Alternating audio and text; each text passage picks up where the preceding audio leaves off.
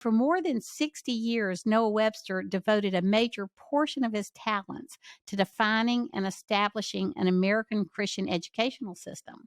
Specifically, he provided the fundamental text for spelling, grammar, reading, history, geography, civics, literature, and an American dictionary.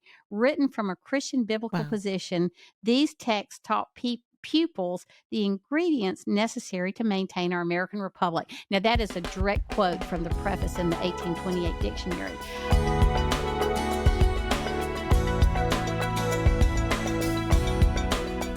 Talk about Noah Webster for a minute. Like, what kind of impact did he have in culture?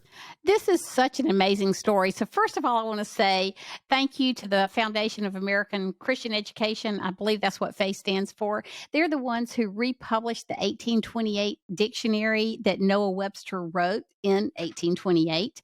And 70,000 words in there have a biblical etymology.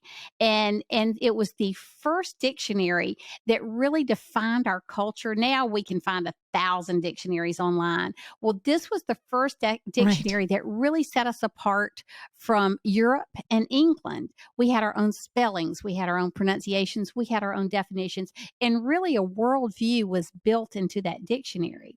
So here's some interesting things about Noah Webster that I never knew until I read the preface in the dictionary, 1828. He was born in 1758 and he died in 1843. That death date is really important. He descended on his mother's side from the governor from William Bradford, who was the Pilgrim governor that first came over to the New World.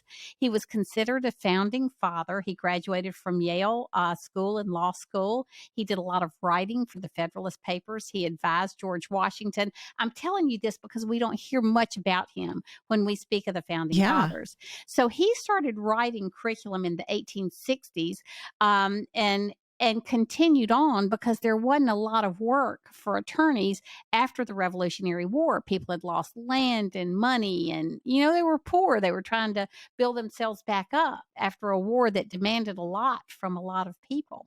So for more than 60 years, Noah Webster devoted a major portion of his talents to defining and establishing an American Christian educational system. Specifically, he provided the fundamental text for spelling, grammar, reading, history, geography, civics, literature, and an American dictionary. Written from a Christian biblical position, these texts taught pupils the ingredients necessary to maintain our American Republic. Now, that is a direct quote from the preface in the 1828 dictionary. I want to say that's important because we don't understand how important that biblically based curriculum was up through the 1840s. And for 100 years, more than 100 years, Noah Webster's curriculum was read by most school children, North and South and East and West, sold over 100 million copies in that period of time. So this was not an insignificant little blip on the radar. This is one man who built a platform to sell his books and was totally committed to this worldview. And he died in the 1840s. It's very interesting. In the 1840s is when Horace Mann really came bursting onto the scene and was committed to an anti-God, anti-biblical progressive education.